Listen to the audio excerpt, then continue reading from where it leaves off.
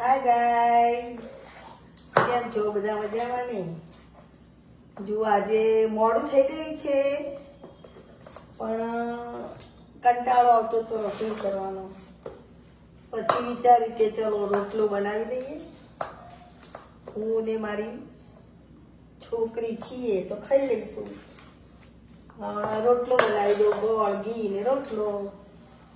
બોલો, તમને કોને ભાવે છે રોટલો? કોઈને? મને તો ભાવે ખરો, અને બનાવવામાં પણ સહેલો પડે. રોટલી કરવી નથી ગમતી, સાચું કહું. એટલે પછી બહુ મોડું કેવું થઈ ગયું ને તો રોટલો બનાવી દઉં. એ પછી આમ હાથથી ટીપીને નથી આવડતું, વણીને બનાવું છું. હા, વણીને જ. એ બધું ના ફાવે વણવાનું. સરસ મજાનો લોટ મસળી લઈએ અને બહુ ફાઇન રોટલો બને. વણીને પણ બહુ સરસ બને છે, જાણે કે આપણે ટીપીને બનાવ્યો હોય ને એવો જ લાગે છે. હા, તો મને તો ભાવે છે. એમાં રોટલો, ગોળ, ઘી, માખણ આ બધું ખાઈ લેવાનું. જોડે દૂધ લઈ લેવાનું, શાક ના બનાવવું હોય તો. બાકી લાગે મસ્ત. ગાય હવે શું કરીએ? મારો બાબો ગયો જોબ હૈદરાબાદ. હવે એના પપ્પા ગયા ઓફિસ. હું ને મારી ડોટર છીએ. તો હવે કંટાળો આવે છે બનાવવાની. એના લીધે કંઈક બનાવતી હતી કે ચલો ભાઈ દાળ ભાત રોટલી શાક બનાવીએ કે આ કે. આજે તો એના પપ્પાને ટિફિન પણ નથી બનાવી. મોડી ઉઠી એ ગયો છે ને 2-3 દિવસથી, પણ મને ફાવતું જ નથી. એ હોય તો સારું રહે, ક્યાંક જવું હોય ને તો સારું રહે. એટલે મને શું છે, પગમાં તકલીફ છે તો ચાલવામાં તકલીફ પડે છે. એક્ટિવા લઈને જવું તો પણ મજા નથી આવતી. પણ હવે ફ્લેટે ફર્નિચર ચાલે છે એટલે મારે જવું તો પડે છે.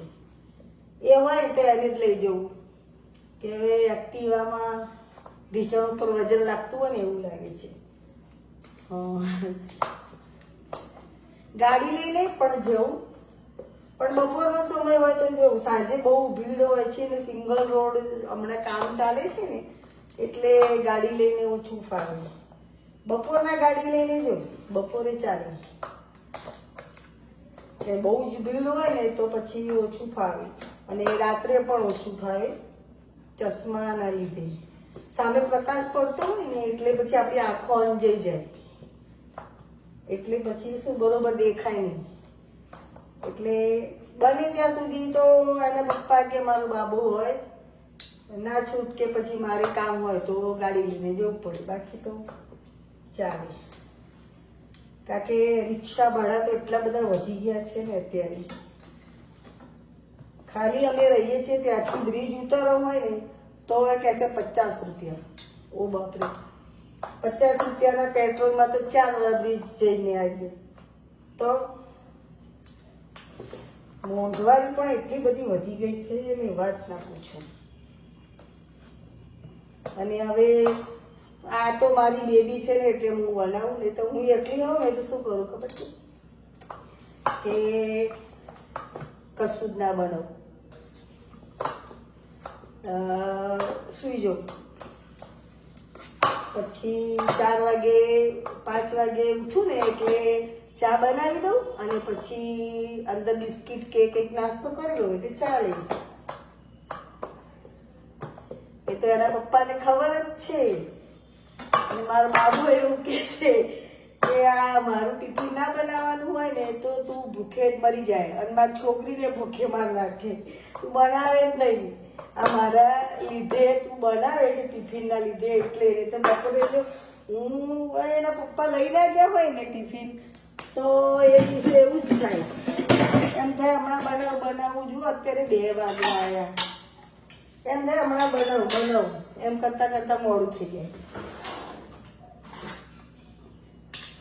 અને એટલે હું એના પપ્પાને કહું કે હવે સવારમાં ઠંડીમાં કંટાળો આવે છે, કોણ બનાવે? એટલે કે ના, હું તો જમી લો બહાર, મને વાંધો નથી, પણ તું બિલકુલ જમવાનું ના બનાવે ને તું પણ ના ખાય ને મારી છોકરી પણ ભૂખે મરી જાય એટલે મને એવું કહેશે કે ના તારે કોક દિવસ હોય તો ચાલે, બાકી રોજે બનાવવાનું. તો મારા લીધે તમે જમશો નહીં તો તમે જમો પણ નહીં. અને તું મારી છોકરીને ભૂખે મારી નાખે, તું તો કશું ખાય નહીં, બરોબર. પછી છોકરીને પણ નાસ્તા કરાવી. અને અમારા ઘરમાં તો પહેલા મને બહુ ગમતું હતું જમવાનું બનાવવાનું, પણ આ જ્યાં પગની તકલીફ થઈ છે ને પછી મને ઓછું ગમે છે બનાવવાનું. બનાવતું નથી બહુ. ભાખરી રોટલી કરવી હોય ને તો પણ મારે ટેબલની જરૂર પડે, તો મેં લોખંડનું ટેબલ બનાવડાવ્યું છે. પણ એ અત્યારે મારે ફ્લેટે કામ ચાલે છે ને એટલે મેં ત્યાં મૂક્યું છે. એટલે બહુ જ વાર ઊભું રહીને કંઈ બનાવવાનું હોય ને તો પગ દુખવા માંડે. ઓપરેશનનું કીધું છે ડૉક્ટરે, પણ હવે રાહ જોઉં છું. હમણાં તો આયુર્વેદિક દવા લઉં છું, પછી ફ્લેટમાં જાઉં પછી વિચારું, કમ્પ્લીટ ફર્નિચર ને એ બધું થઈ જાય પછી વિચારું કે શું કરું. પાછું કામ કરનાર પણ જોઈએ ને. ખાલી ઓપરેશન કરાવી દેવાનું હોય તો ચાલે, હજુ મહિનો કમસે કમ મહિનો તો જોઈએ. 3 મહિના તો ખરા જ, ભલે બધું કામ બંધાવી દઈએ પણ તો કામ તો રહેવાનું.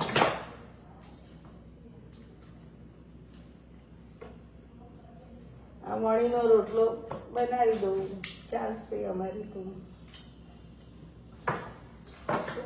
શું કરું, કંટાળો આવે છે. કોઈ મારા જેવું છે કે જેને રસોઈ કરતા કંટાળો આવે? હશે, કેટલા હશે મારા જેવું. બોલો કોણ છે મારા જેવું રસોઈ કરતા કંટાળો આવે? મને તો આવે જ છે. તો બીજાની વાત કરું છું કે મારા જેવું કોઈ છે બીજું બીજાની કંટાળો આવતો હોય. આ તૂટી ગયો, અડધો આમાં ચોટી ગયો. એ ભગવાન, મોડું થયું છે એટલે જ આ બધું થાય છે. હે ભગવાન, ઓ મારો રોટલો, હું તો શું કરું રે મારા રોટલાનું. ચાલો ત્યારે મળીએ, આપણે બીજો બ્લોગ બનાવીએ. એટલે ત્યાં સુધી આ રોટલા ભાઈનું જરા પોસ્ટમોર્ટમ કરી દઈએ અને પછી બનાવી અને જમીએ. હવે એને સરખો તો કરવો પડશે ને, એટલે તો પછી આ ભાઈ શું ખાય, સમજ્યા? બાય બાય, મળીએ બીજા બ્લોગમાં. સબસ્ક્રાઈબ કરજો, લાઈક કરજો, મારો વિડીયો ગમે હોય તો. મારી નવી ચેનલ છે તો હમણાં જ હું આમાં જોઈન થઈ છું, તો મને સપોર્ટ કરજો. આપણા ગુજરાતી હિન્દી ભાષી કોઈ પણ ભાઈ બહેન હોય એમાં જીજે2 વાળા તો ખાસ. બાય.